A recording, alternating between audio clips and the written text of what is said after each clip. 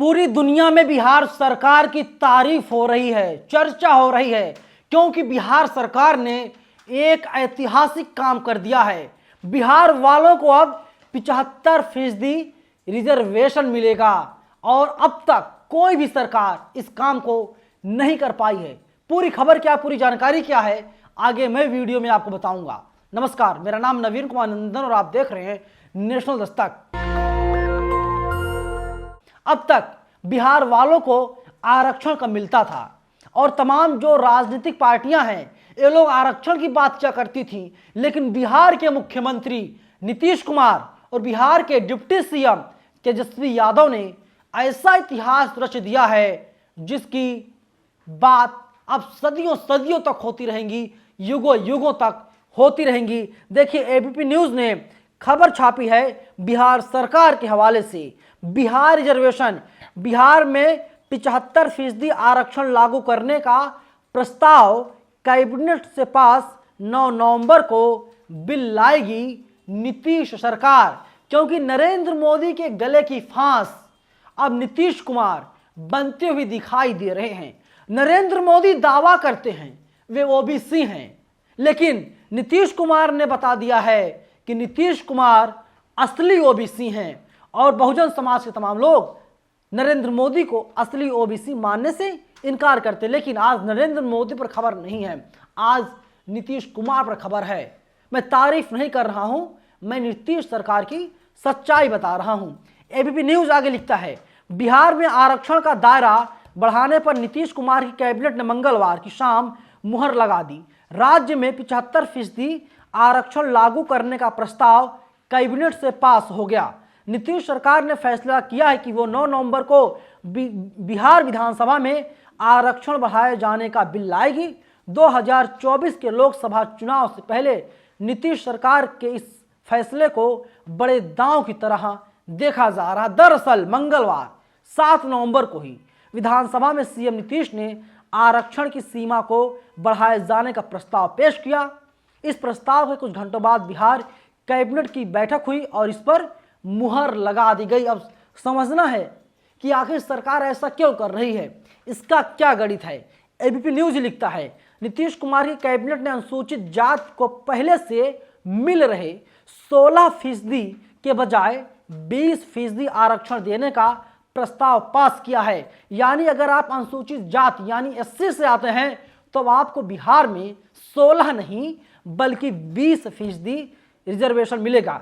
वहीं अनुसूचित जनजाति को पहले से मिल रहे 1% आरक्षण के बजाय 2% आरक्षण अब दिया जाएगा।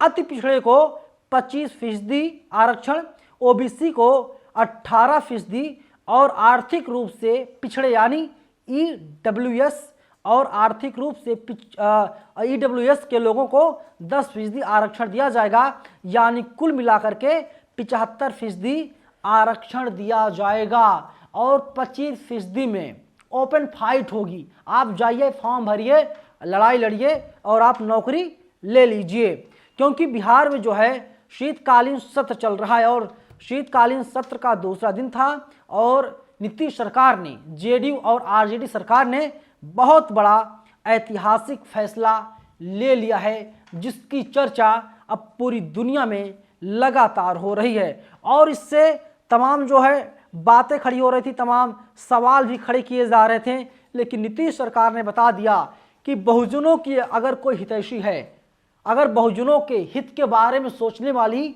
देश की अगर कोई पार्टी है और नीतीश कुमार की पार्टी है, नीतीश कुमार पटेल की पार्टी है, जो एससी हो, एसटी हो, ओबीसी हो, सबको वे अधिकार देने का काम कर रहे हैं। और इसीलिए इसकी चर्चा पूरी दुनिया में लगातार हो रही है, क्योंकि नरेंद्र मोदी की सरकार आरक्षण में लगातार घिरती हुई दिखाई दे रही है। अब आप देख लीजिए, दिल्ली पुलिस की वैकेंसी आई थी, किस तरीके से ओबीसी वर्ग के साथ भेदभाव किया गया था। इसके अलावा अभी एक और फॉर्म आया है जुडिशरी का, उसमें भी पता चला कि ओबीसी को 0 सीट दी जा रही है, यानी 0% आरक्षण ओबीसी कैटेगरी वालों का है और सवाल भी पूछे जा रहे थे। लेकिन बिहार सरकार ने बता दिया है कि सबका कल्याण होगा, कोई नहीं बचेगा जिसका कल्याण ना हो। एससी को मिल रहा है, एसटी को मिल रहा है, ओबीसी को मिल रहा है और जनरल वालों को भी आरक्षण मिल रहा है। और जो 25% बचेगा, 25% में आप लोग लड़ाई लड़िए, आप मेहनत कीजिए और आप लोग रिजर्वेशन से बाहर निकल के उस बचे हुए 25% में आरक्षण लीजिए। अब तक नरेंद्र मोदी सिर्फ मुंह से बोलते थे, जुमला छोड़ते थे, हम ये कर देंगे, हम वो कर देंगे, हम ऐसा कर देंगे, हम दुनिया बदल देंगे, हम देश बदल देंगे, हम गुजरात मॉडल को पूरे देश पे लागू करेंगे। लेकिन क्या लागू हो पाया? गुजरात में गरीबी है साहब, गांव में जाइए पता चल जाएगा। लेकिन जिस तरीके से टीवी मीडिया क्या कहता है कि बिहार में जंगल राज है और किस तरीके से बीजेपी वाले कहते हैं बिहार एक बीमारू राज्य है, कुछ भी नहीं है। लेकिन नीतीश कुमार, तेजस्वी यादव बता रहे हैं बिहार के पास जो चीज़ें हैं, संसाधन भले कम हैं लेकिन उनका जो दिमाग माइंडसेट है उन पूरी तरह से क्लियर है, उनका विजन क्लियर है। और इसीलिए अब दिन प्रतिदिन बिहार लगातार तरक्की करते हुए दिखाई दे रहा है और मनुवादी लगातार नीतीश कुमार को बेइज्जत और बदनाम करने की कोशिश कर रहे हैं। लेकिन काम जब कर रहे हैं तो दुनिया के सामने आ रहा है, देश के सामने आ रहा है। टीवी मीडिया वाले नीतीश की असली बात को, सच्चाई को, वो जो लगातार नीतीश कुमार काम कर रहे हैं उसका बखान भले ना करें, लेकिन सच साहब, सच तो बाहर आ जाता है। और इसीलिए पूरी दुनिया में अब नीतीश कुमार का डंका बजता हुआ दिखाई दे रहा है। जो भारत के लोग विदेशों में हैं वे लोग भी कह रहे हैं नीतीश कुमार ने बहुत बड़ा ऐतिहासिक फैसला ले लिया है जो बहुजनों के हित में है। ये फैसला बहुजनों के हित में है और इसीलिए बहुजन लगातार इसकी तारीफ कर रहे हैं। आप लोग इस फैसले के साथ हैं या विरोध में हैं? कमेंट करके आप लोग हमें जरूर बताइएगा नीतीश कुमार का फैसला कैसा है। धन्यवाद। नेशनल दस्तक की आपसे गुजारिश है कि अगर इसको बचाना चाहते हैं तो नेशनल दस्तक को सब्सक्राइब करने के लिए रेड कलर के सब्सक्राइब बटन को दबाएं, फिर बेल आइकन की घंटी दबाएं। नेशनल दस्तक को बचाने के लिए बहुत जरूरी है कि हर खबर को शेयर करें, लाइक करें, कमेंट जरूर करें।